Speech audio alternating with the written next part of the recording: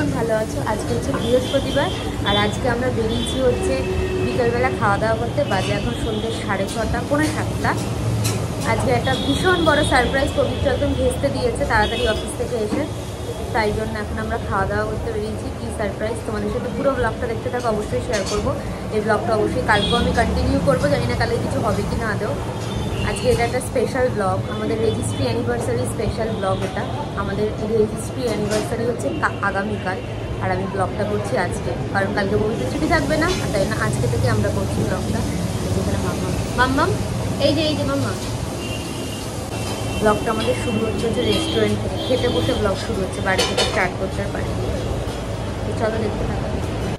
আগামীকাল অর্থাৎ 26শে এপ্রিল আমার আর Pabitra 3rd year registry anniversary plus propose anniversary, সে সমস্ত গল্প বলছি। তার আগে বলি এই ঘটনাটা। তো পবিত্রকে সারপ্রাইজ দেওয়ার জন্য আমি একটা কেক অর্ডার দিয়েছিলাম, আর আমার মেয়ের বার্থডেতে যে বোনটা কেক বানিয়ে দিয়েছিলো তার কাছ থেকে আমি যে কেকগুলো এখন অর্ডার দিই, ভীষণ ভালো বানাই। তো আমার কেকটা আনতে যাওয়ার কথা ছিল হচ্ছে 6টার সময়, তো আমি 5:30টার সময় পবিত্রকে ফোন করে বলি যে তুমি কখন আসবে, কারণ ও জেনারেলি 7:30, 8টা এরকম টাইমে আসে। তো ফোন করার সাথে সাথে বলছে আমি তো বাড়ির সামনে চলে আসছি।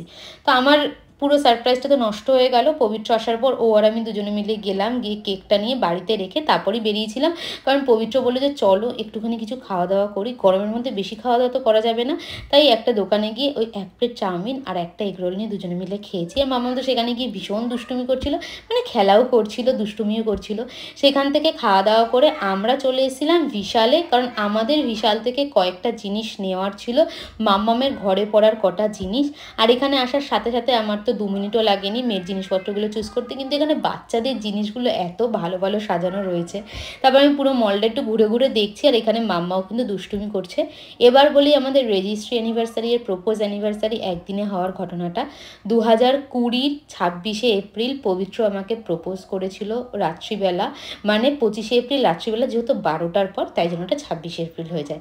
আর ঠিক তার 1 বছর পর কোইন্সিডেন্টলি 2021 সালে 26শে এপ্রিলই আমাদের রেজিস্ট্রিটা হয়। তো দুটো অ্যানিভার্সারি আমাদের একই দিনে পড়ে গেছে। এটা আমি রেজিস্ট্রির অনেক দিন পরে গিয়ে একদিন পুরোনো চ্যাটগুলো যখন স্ক্রল করছিলাম, তখন কি হঠাৎ করে আমার নক করে যে ও মা আমাকে প্রপোজ তো করেছিল পবিত্র ওই দিনই। তো যাই হোক, কোইন্সিডেন্টলি বেশ দুটো দিন একসাথে পড়েছে, ভালোই হয়েছে।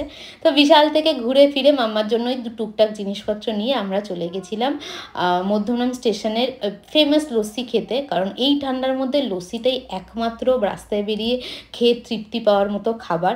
এখান থেকে আমি বাদাম লস্যি টস্যি নিইনি, নর্মাল লস্যি নিয়েছি একদম, কারণ এই লস্যিটা আমার ভীষণ ভালো লাগে খেতে।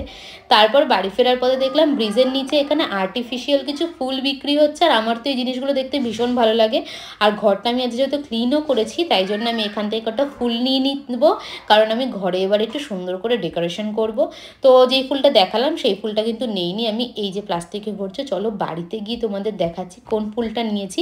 এই কাকুটা নাকি বললো প্রত্যেক বৃহস্পতিবার করে মধ্যমগ্রাম স্টেশনের নিচে বসে, আর ওনার কাছে দামগুলো কিন্তু ভীষণই রিজনেবল। আমরা যেটা নিয়েছি 150 টাকা চেয়েছিল, পরে উনি 120 টাকা নিয়েছে। সেখান থেকে আমরা তারপরে গেলাম একটু পার্কে, কারণ ওই রাত্রি 8টা বেজেছিল তখন, আর তখনও মানে বাইরে বেশ ভালোই একটু ওয়েদার ছিল, তাই না আমি আর পবিত্র মেয়েকে নিয়ে চলে গেছিলাম পার্কে।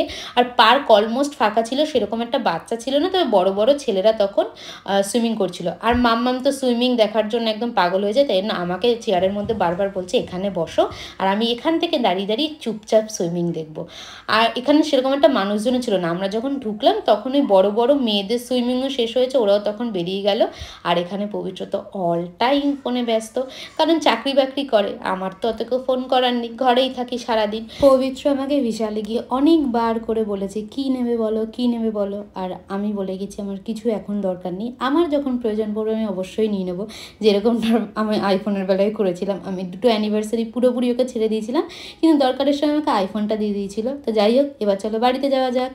সো বাজে এখন রাত্রি 10:30, আমরা বাড়িতে এসেছি অনেকক্ষণ আগে, প্রায় 9টার সময় বাড়ি এসেছি। কোনো ভিডিও করিনি, কারণ মেয়েকে খাওয়ালাম, নিজেরা শুয়ে শুয়ে অনেকক্ষণ গল্প করছিলাম, আর ভাল লাগছিল না, এত গরম পড়েছে। আজকে আমরা রাস্তায় বেরিয়েছি, রাস্তাতেও মনে হচ্ছে বাইক চলার সাথে যে হাওয়াটা লাগছিল চোখে মুখে, মনে হচ্ছিল পুরো একদম গরম লু এসে একদম পুরো চোখে মুখ লাগছে। সন্ধ্যেবেলাতেই এই অবস্থা, ভীষণ গরম পড়েছে, আর ভীষণ গরম লাগছিল, তো কোনো ভিডিও করিনি, ইচ্ছা করছিল না, চুপচাপ শুয়েছিলাম ফ্যান ট্যান চালিয়ে। এখন পবিত্র তো খেয়ে নিয়েছে, আমি বিছানা টিছানা করে দিলাম, এরপর পবিত্র আর মেয়ে শুয়ে পড়বে, তারপর আমি খেয়ে নেবো। এসি না চালিয়ে আর থাকতে পারছি না। আর আজকে এইটা কিনে এনেছি, এই যেখানে ফুলটা দেখতে পাচ্ছি এই ফুলটা আজকে কিনে এনেছি। রাস্তা দিয়ে যাচ্ছিলাম যখন, তখন বেশ ভালো লাগলো, দোকানটাতে তোমাদের সাথে শেয়ারই করলাম, তো বেশ ভালো লাগলো, তাই আমি ফুলটা নিলাম। আর কটা ফুল নেওয়ার ইচ্ছা ছিল, কিন্তু বুঝতে পারছিলাম না অ্যাকচুয়ালি কোথায় লাগাবো। দেখা যাক পরে আবার গিয়ে নিয়ে আসতে পারি। তোমাদের যে রুমটা দেখাই আমি একটু। তো এই যে আমি আমার ঘরটাকে আজকে সকালবেলা পুরো ডিপ ক্লিন করেছি। প্রত্যেকটা তাকের জিনিস, এই তাক থেকে ওই তাক, এই তাকটাকে অনেক কিছু ছিল সেগুলো একদম সরিয়ে দিয়েছি, আর এইখানে দুটো তাকে জিনিসপত্র ছিল সেগুলোও সরিয়ে দিয়েছি। আর এই সাইডে যে দুটো তাকের জিনিস ছিল এই জিনিসগুলোকে আমি এই সাইড থেকে ওই সাইড, ওই সাইড থেকে ওই সাইড করেছি। করার পর পুরো ঘরটাকে ডিপ ক্লিন করেছি। খালি এই শেলফটা আমার বাকি রয়েছে, এটা নেক্সট দিন আবার করতে হবে আমাকে। নতুন চাদর ঠাদর পেতে আমার ঘরটা কিন্তু একদম পুরো ঝাঁচাকচাক হয়ে গেছে, দেখতে বেশ ভালো লাগে বলো। আর ওই যে ওইখান থেকে আমার ছোট্ট মাম্মামটা উকি দিচ্ছে। এত গরমে না ওকে একটু মাঝে মাঝে খালি গায়ে রাখি, নইলে প্রচণ্ড পরিমাণে ঘেমে যায়, ভীষণ ঘাম হয়। খাওয়া দাওয়া করে শুয়ে তো পড়েছিলাম, কিন্তু আমি তো জেগেছিলাম, বড়মশাই তো ঘুমিয়ে পড়েছিল। তো আমি তারপরে ঠিক 12টা বাজে 2 মিনিট আগে বাইরে বেরিয়ে চুপচাপ করে কেকটা নিয়ে এখন চলো ঘরে যাব। পবিত্রকে ও মনে হয় না ঘুমিয়েছে বলে, তবে নাটক করতে পারে, তো চলো গিয়ে দেখি ঘুমিয়েছে না জেগে রয়েছে। মনেও তো হচ্ছে জেগেই আছে।